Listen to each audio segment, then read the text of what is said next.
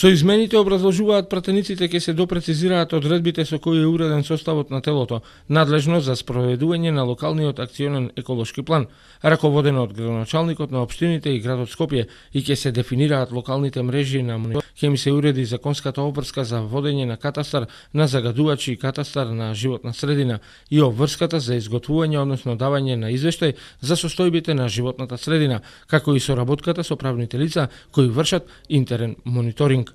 Со предлог законот ќе се дефинираат локалните мрежи на мониторинг на општините и градот Скопје, обврска за водење на катастар на загадувачи и катастар на животна средина и обврска за изготвување, односно давање извештај за состојбите на животна средина, како и соработката со правните лица кои вршат интерен мониторинг. Со новите законски измени и дополнувања мислењата што ги даваат органите на општината и градот Скопје во стапката за донесување на решенија за согласност на студијата за оцена на влијанието на проектите врз животната средина и интегрираните еколошки дозволи се задолжителни, а со тоа и обврска на носителот на интегрираната еколошка дозвола е да ги известува градоначалниците на општините и градот за нејзино спроведување. Со предложениот закон ќе се уредат и правото и обврска на локалните органи за мониторинг на животната средина да контролираат и да пријавуваат прекршување на граничните вредности на емисии во интегрираните еколошки дозволи, како услов за одземање на дозволата, утврдено со правосилни решенија на Државниот инспекторат за животна средина и обезбедување